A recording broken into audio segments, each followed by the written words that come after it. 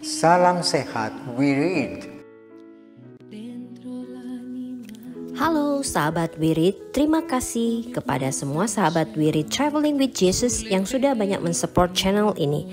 Hari ini Sabtu 13 November 2021.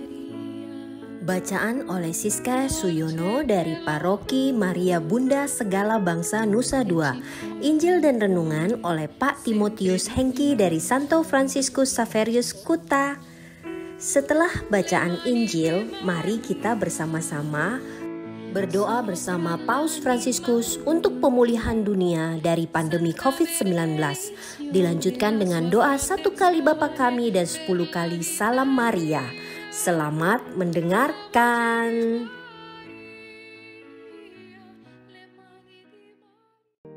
Bagi sahabat Wirid yang mempunyai kesaksian atau pengalaman hidup berjalan bersama Yesus, dapat mengirimkannya melalui audio, video, atau tulisan ke alamat email kami di Wirid Traveling with Jesus.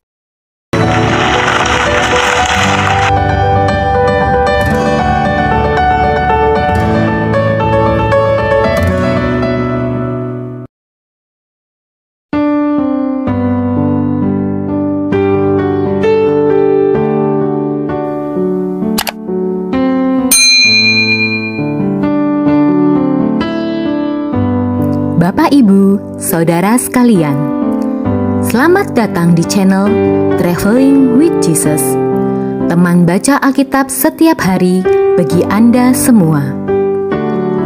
Bacaan kami ambil dari kalender liturgi Katolik. Mulai sekarang, Anda bisa mengakses bacaan yang kami bacakan dalam bahasa Indonesia, Inggris, dan Italia. Bacaan dalam bahasa Indonesia dan Inggris dapat diakses setiap hari Senin sampai dengan Sabtu, dan khusus bahasa Italia hanya pada hari Minggu. Selamat menikmati tayangan kami. Tuhan memberkati. Demi nama Bapa dan Putra dan Roh Kudus. Amin. Datanglah ya Roh Kudus, datanglah dengan kekuatan hati Santa Perawan Maria yang tidak bernoda mempelaimu yang terkasih. Datanglah, bimbinglah kami, hiburlah kami, katakan pada kami apa yang harus kami lakukan, dan bantulah kami memahami kehendak Tuhan dalam hidup kami melalui firman-firman yang kami dengar hari ini. Amin.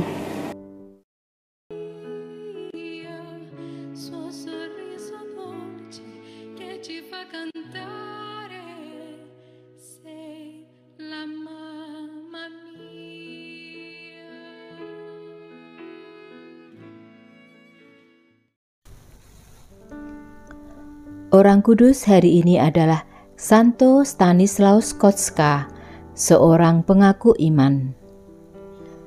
Stanislaus Kotska berasal dari Polandia. Bersama kakaknya, Paul, ia diutus belajar oleh orang tuanya ke sebuah kolese Yesuit di Wina, Austria. Pada waktu itu, ia baru berumur 14 tahun. Stanislaus adalah seorang pemuda yang periang, polos, dan peramah.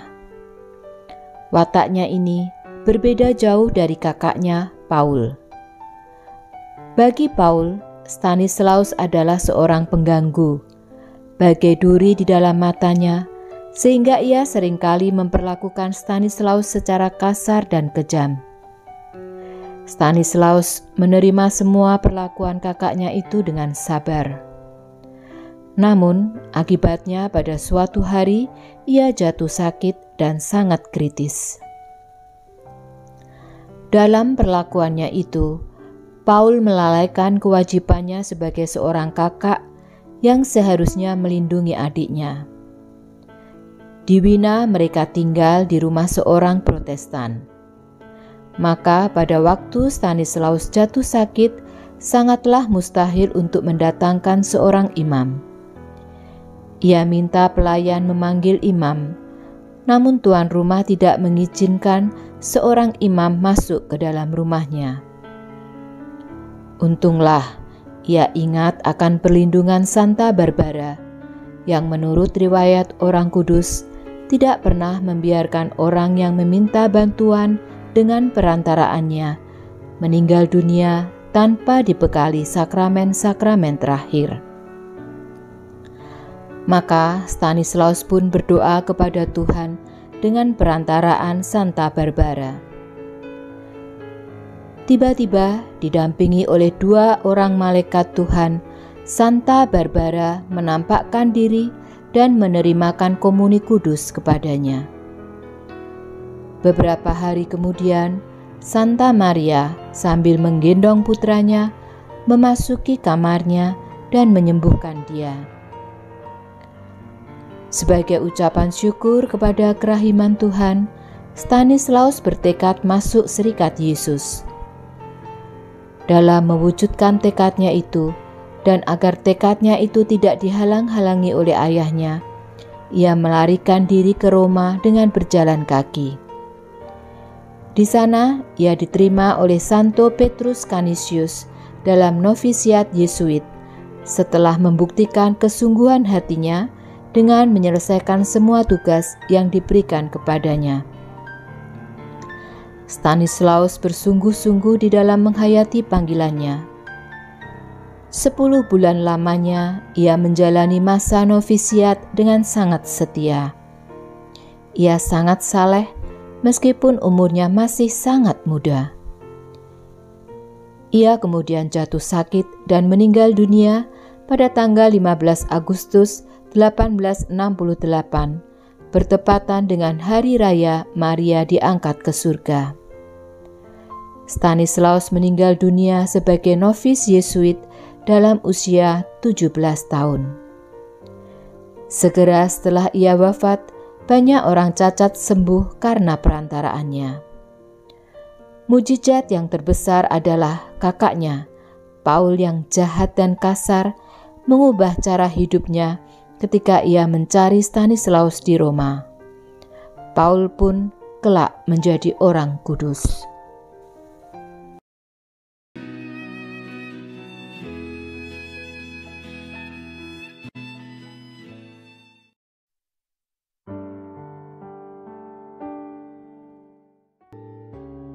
Bacaan dari Kitab Kebijaksanaan. Ketika segalanya diliputi sunyi senyap, dan malam telah mencapai puncak peredarannya yang cepat, maka sabdamu yang maha kuasa, laksana pejuang yang garang, melompat dari dalam surga, dari atas takhta kerajaan, ke tengah-tengah negeri yang celaka. Bagaikan pedang yang tajam, di bawahnya perintahmu yang lurus. Sambil berdiri tegak, ia memenuhi seluruh negeri dengan maut. Ia menjamah langit sambil berdiri di bumi. Sungguh dengan taat kepada perintahmu, seluruh tata ciptaan diubah sama sekali, supaya anak-anakmu jangan sampai mendapat celaka. Maka nampaklah awan membayangi perkemahan, tanah kering muncul di tempat yang tadinya berair, jalan tanpa rintangan muncul dari laut merah, dan lembah kehijau-hijauan timbul dari empasan ombak yang hebat. Di bawah lindungan tanganmu seluruh bangsa melewati tempat itu, seraya melihat pelbagai tanda yang menakjubkan. Mereka pergi seperti kuda menuju padang rumput, dan melonjak-lonjak bagaikan anak domba, sambil memuji Engkau ya Tuhan, yang telah menyelamatkan mereka. Demikianlah sabda Tuhan. Syukur kepada Allah.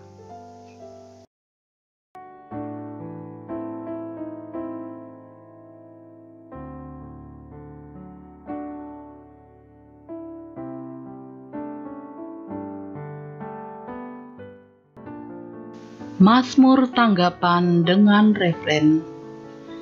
Ingatlah perbuatan-perbuatan ajaib yang dilakukan Tuhan. Bernyanyilah bagi Tuhan, bermazmurlah baginya. Percakapkanlah segala perbuatannya yang ajaib. Bermegahlah dalam namanya yang kudus. Biarlah bersuka hati orang-orang mencari Tuhan. Ingatlah perbuatan-perbuatan ajaib yang dilakukan Tuhan. Dibunuhnya anak-anak sulung di seluruh negeri. Pangkal segala kegagahan mereka. Ia menuntun umatnya keluar membawa perak dan emas. Dan di antara suku-suku mereka tidak ada yang tergelincir. Ingatlah perbuatan-perbuatan ajaib yang dilakukan Tuhan. Sebab Ia ingat akan firman-Nya yang kudus, yang disampaikannya kepada Abraham hamba-Nya. Ia menuntun umat-Nya keluar dari kegirangan, dan orang-orang pilihannya dengan sorak-sorai. Ingatlah perbuatan-perbuatan ajaib yang dilakukan Tuhan.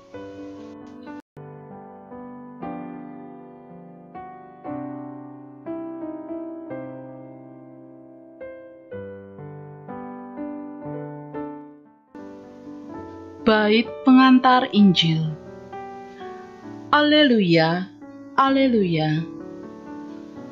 Allah memanggil kita agar kita memperoleh kemuliaan Tuhan kita Yesus Kristus. Alleluia, alleluia.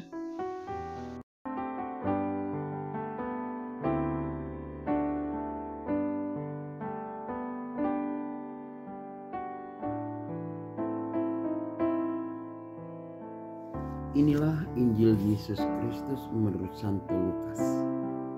Dimuliakanlah Tuhan.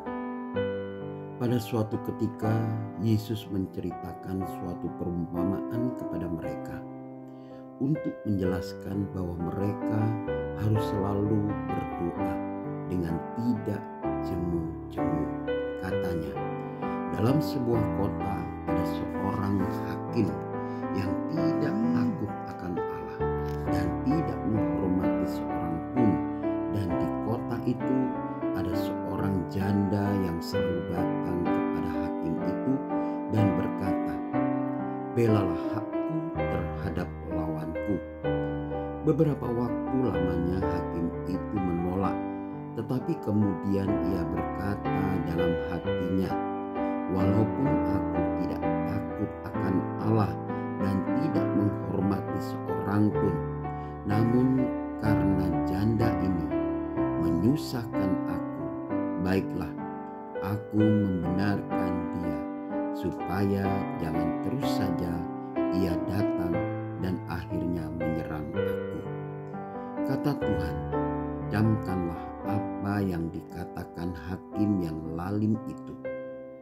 Tidakkah Allah akan membenarkan orang-orang pilihannya yang siang malam berseru kepadanya? Dan adakah ia mengulur-ulur waktu sebelum menolong mereka? Aku berkata kepadamu, ia akan segera membenarkan mereka. Akan tetapi jika Anak Manusia itu datang, adakah ia mendapati iman di bumi? Demikianlah Injil Tuhan. Terpujilah Kristus.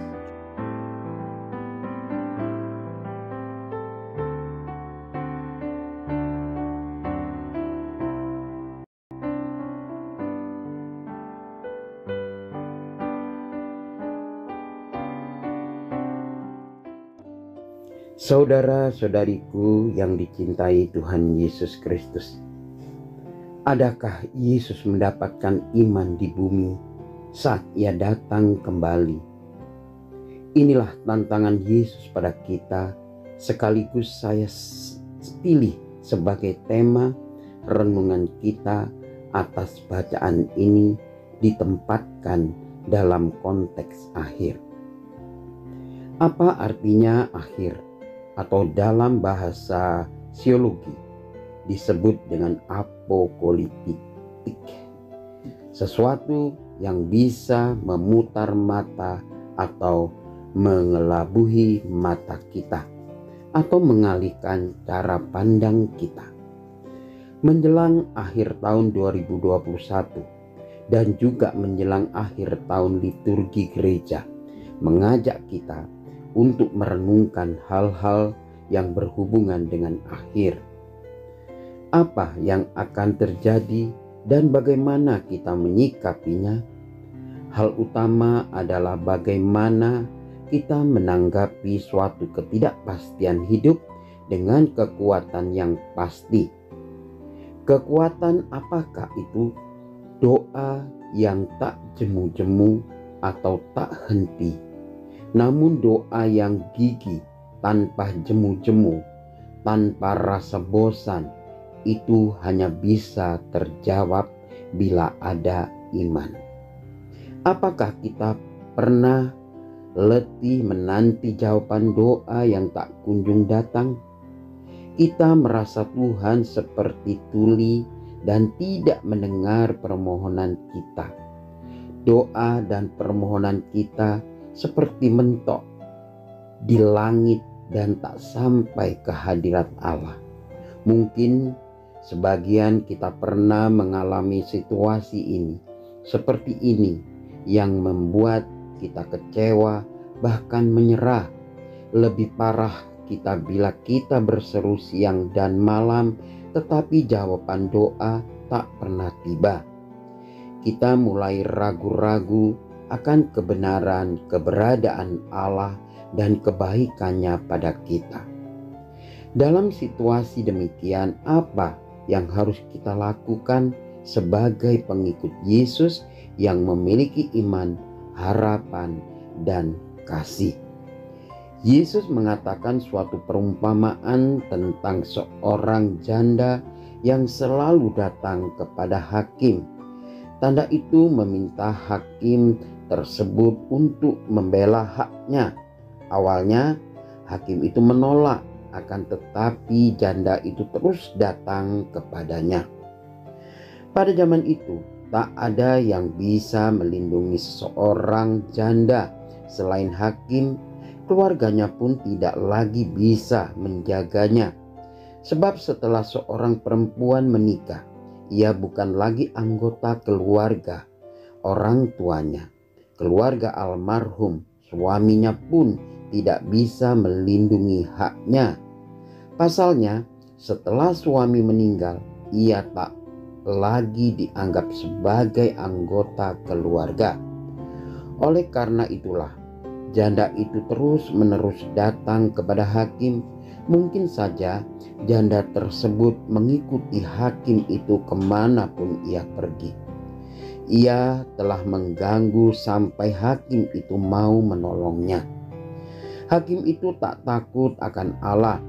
Hatinya sama sekali tidak bergerak meskipun janda itu memohon agar ia sudi membaca haknya. Namun karena janda itu sering datang, hakim tersebut menjadi risih. Hakim itu merasa janda ini sudah menyusahkannya. Akhirnya hakim pun menolong perkara janda itu supaya ia berhenti mengganggunya. Perumpamaan itu menunjukkan betapa besar kuasa yang timbul dari kegigihan tanpa rasa bosan. Usaha berdoa tak jemu-jemu tanpa mengenal rasa bosan akan membuahkan hasil. Yesus memberikan contoh bagaimana hal itu bisa berhasil di hadapan seorang hakim yang lalim, tidak takut akan Allah dan tak menghormati seorang pun. Kepada umat di Tesalonika, Paulus mengajak agar terus berdoa, jangan jemu-jemu berdoa. Bertekunlah selalu dalam doa, karena doa yang tak jemu-jemu dianggap sebagai iman. Dan dalam doa kita melawan dosa dan ketidakadilan, karena itulah yang dikehendakin Allah. Di Tesalonika 5 ayat 16 sampai dengan 18. Bersukacitalah senantiasa, tetaplah berdoa, mengucap syukurlah dalam segala hal, sebab itulah yang dikehendakin Allah di dalam Kristus Yesus bagi kamu. Kita juga perlu tahu apa yang kita minta, bagaimana memintanya, dan sikap yang tepat saat meminta dari Tuhan. Dengan bagus sekali Yohanes menulis, dan inilah keberanian percaya kita kepadanya, yaitu bahwa ia mengabulkan doa kita jikalau kita meminta sesuatu kepadanya menurut kehendaknya. 1 Yohanes 5 ayat 14. Semakin kita mendekatkan akhir sejarah, pertanyaan bagi setiap orang percaya adalah, adakah saya bertekun dalam iman, bertahan terus-menerus di dalam doa, dan berseru kepada Allah agar keadilan dapat ditegakkan dan rencana kebenarannya mencapai kemenangan penuh untuk selama-lamanya? Atau apakah saya sedemikian sibuk dengan hidup ini sampai saya tidak lagi menanti-nantikan kedatangan Kristus dan kerajaannya yang kekal? Di Wahyu 19 ayat 1 sampai dengan 22. Orang pilihan Allah yang sejati, yaitu mereka yang bertekun di dalam iman dan kesucian, tidak akan berhenti berseru kepada Allah untuk kedatangan Kristus kembali, untuk membinasakan kuasa iblis dan sistem dunia yang jahat yang ada sekarang. Mereka akan bertekun di dalam doa agar Ia akan segera membenarkan mereka, dan agar Kristus memerintah dalam kebenaran, karena menyadari bahwa hanya kedatangan Kristuslah yang merupakan pengharapan satu-satunya bagi dunia ini. Tidakkah Allah akan membenarkan orang-orang pilihannya yang siang dan malam berseru kepadanya? Apabila kita berdoa tak jemu-jemu, kita akan semakin dekat dengan Tuhan, bangga dapat mengenalnya lebih dalam. Marilah kita terus belajar hidup benar di hadapannya. Itulah bagian dari iman kita, dan Yesus akan benar-benar menemukan iman di bumi ini saat kedatangan keduanya. Kami amin.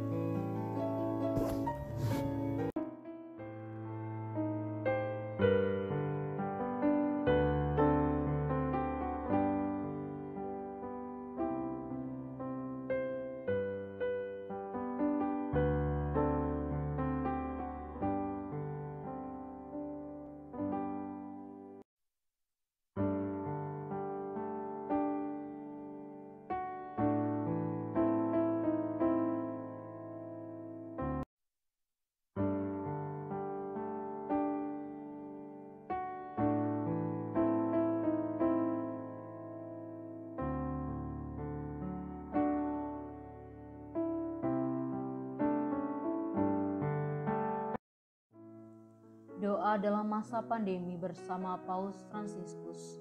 Kami datang ke dalam rengkuhan tangan-Mu, O Bunda Allah yang tersuci. Dalam situasi genting ketika seluruh dunia terhimpit oleh penderitaan dan kecemasan, kami menghadap-Mu, Bunda Allah dan Bunda kami, dan mencari perlindungan di bawah naungan-Mu.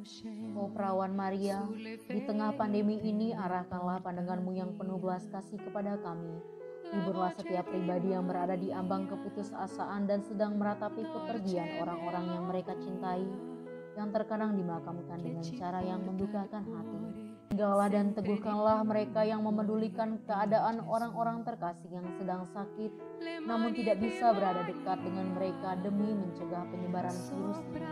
Penuhilah dengan harapan mereka yang terombang-ambing oleh deru kecemasan pada masa depan dan dampaknya bagi perekonomian serta pekerjaan. Bunda Allah dan Bunda kami, doakanlah kami kepada Allah Bapa yang penuh belas kasih agar masa sulit penuh rasa cemas ini dapat berakhir. Dan semoga fajar harapan serta ketenangan boleh kembali menyusul. Ya Bunda, seperti yang telah Engkau lakukan di Kana, mohonkanlah kepada Putra Ilahimu rahmat penghiburan bagi keluarga dari yang sakit dan setiap orang yang sedang menderita sakit. Semoga mereka tetap dapat menjaga keyakinan dan kepercayaan yang teguh akan karya penyelamatan. Lindungilah para dokter, perawat, petugas kesehatan, dan para relawan yang berada di depan situasi genting ini dan yang sedang mempertaruhkan hidup mereka guna menyelamatkan banyak orang. Sertailah upaya dan perjuangan mereka dan berikanlah mereka kekuatan, kemurahan hati, dan kesehatan seterusnya. Tinggallah dekat dengan setiap orang yang siang malam menemani orang sakit dan para imam serta pelayan sabdamu yang dengan kepedulian sosial dan pelayanan Injil berusaha membantu dan mendukung semua orang. Perawan yang terberkati, terangilah pikiran, perasaan, dan kehendak dari setiap pribadi yang terlibat dalam penelitian ilmiah agar mereka dapat menemukan solusi efektif guna mengatasi virus ini. Dampingilah para pemimpin bangsa agar mereka dapat menjalankan tugas dan tanggung jawabnya dengan penuh kebijaksanaan, perhatian, dan kemurahan hati, terutama untuk membantu orang-orang yang berkekurangan, serta dapat menemukan solusi dalam menangani permasalahan sosial ekonomi dalam semangat solidaritas demi masa depan. Maria yang tersuci, gerakanlah nurani setiap pihak yang terkait sehingga dana besar yang diinvestasikan untuk mengembangkan dan menumpuk senjata dapat dialihkan secara efektif untuk meningkatkan penelitian dan pencegahan terjadinya tragedi serupa di masa depan. Bunda yang terkasih, tumbuhkanlah di dalam dunia ini rasa memiliki sebagai bagian dari suatu keluarga besar dalam sebuah kesadaran akan ikatan yang menyatukan kita, sehingga dengan semangat persaudaraan dan solidaritas kami bisa bahu-membahu mengatasi akar kemiskinan dan situasi penderitaan. Jadikanlah kami kuat dalam iman, tekun dalam pelayanan, teguh dalam doa. Bunda Maria penghibur orang berduka, rangkulah semua anakmu dalam masa sulit ini, dan bawalah doa-doa kami pada Allah, agar Allah mengulurkan tangannya yang penuh kuasa untuk membebaskan umatnya dari situasi pandemi yang mengerikan ini, sehingga kehidupan bisa tenang dan pulih kembali. Kepadamu yang bersinar dalam perjalanan kami, sebagai tanda pengharapan dan keselamatan, kami mempercayakan diri dan harapan kami seutuhnya, ya Perawan Maria yang penuh kelembutan dan belas kasih. Amin.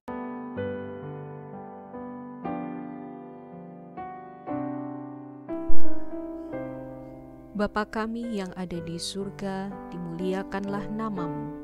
Datanglah kerajaan-Mu, jadilah kehendak-Mu di atas bumi seperti di dalam surga.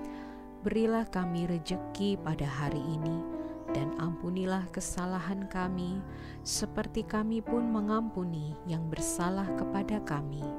Dan janganlah masukkan kami ke dalam pencobaan, tetapi bebaskanlah kami dari yang jahat. Amin. Salam Maria, penuh rahmat, Tuhan sertamu. Terpujilah engkau di antara wanita, dan terpujilah buah tubuhmu Yesus. Santa Maria, Bunda Allah, doakanlah kami yang berdosa ini, sekarang dan pada waktu kami mati. Amin. Salam Maria, penuh rahmat, Tuhan sertamu. Terpujilah engkau di antara wanita, dan terpujilah buah tubuhmu Yesus. Santa Maria, Bunda Allah, doakanlah kami yang berdosa ini, sekarang dan pada waktu kami mati. Amin.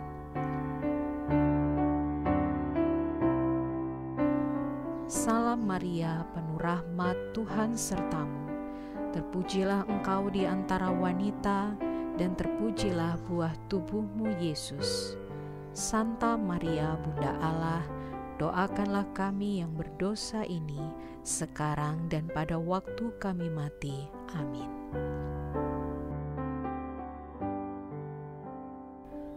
Salam Maria, penuh rahmat, Tuhan sertamu.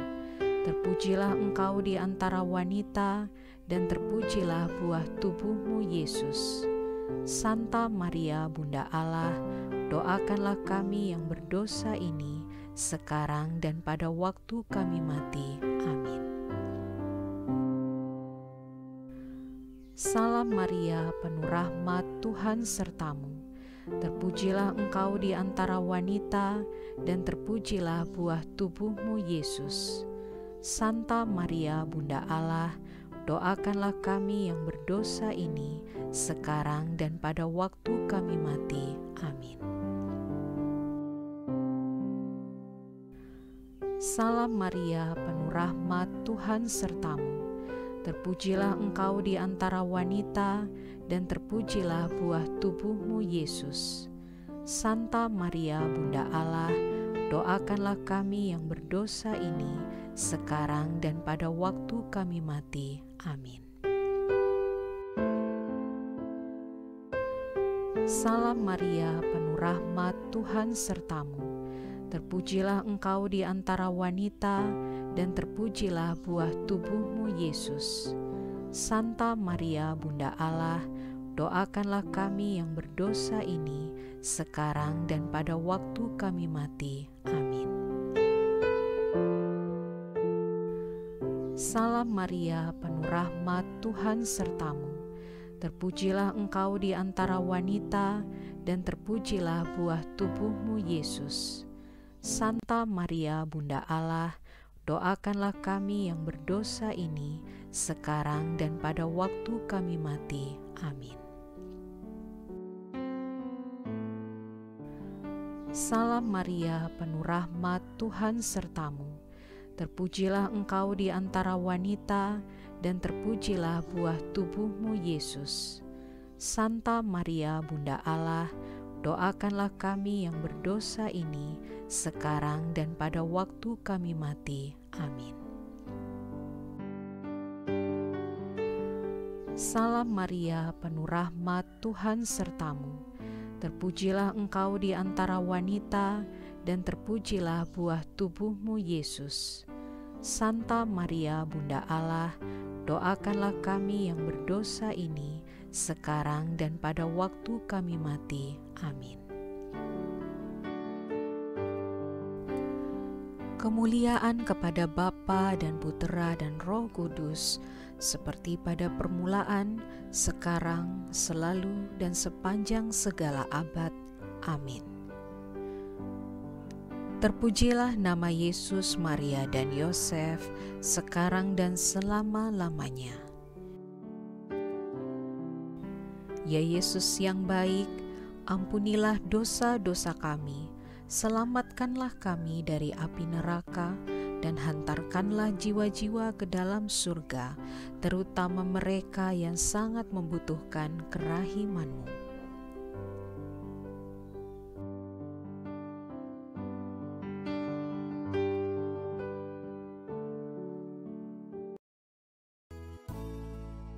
Semoga melalui pengorbanan Yesus di kayu salib dan doa-doa Bunda Maria, kita semua dibebaskan dari kutukan, dipenuhi dengan sukacita, cinta, dan memperoleh berkat Abraham yang Tuhan berkati dalam segala hal, peninggian, kesehatan, kemampuan untuk bertahan dalam penderitaan dan tetap berbuah, kesejahteraan, kemenangan, rendah hati, dan perkenanan Tuhan. Amin. Saudara-saudari, para sahabat Wirid Traveling with Jesus, marilah kita memohon berkat Tuhan untuk kita semua. Tuhan sertamu dan sertamu juga. Semoga saudara-saudari, sanak keluargamu, usaha-usaha, pekerjaan-pekerjaan, kesehatan dan imanmu senantiasa dilindungi, dan diberkati oleh Allah yang Maha Kuasa, Bapa, Putra, dan Roh Kudus. Semoga Tuhan selalu menyertai kita. Syukur kepada Allah. Amin.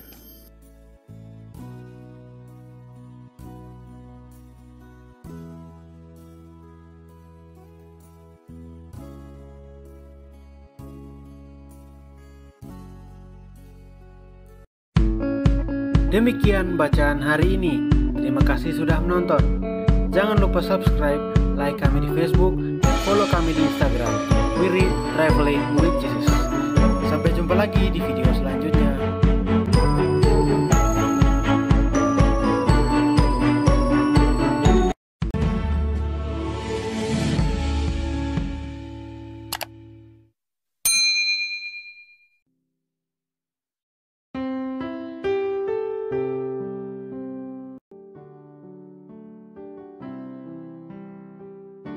Bagi sahabat wirid yang mempunyai kesaksian atau pengalaman hidup berjalan bersama Yesus, dapat mengirimkannya melalui audio, video, atau tulisan ke alamat email kami di wereadtravelingwithjesus@gmail.com. Terima kasih.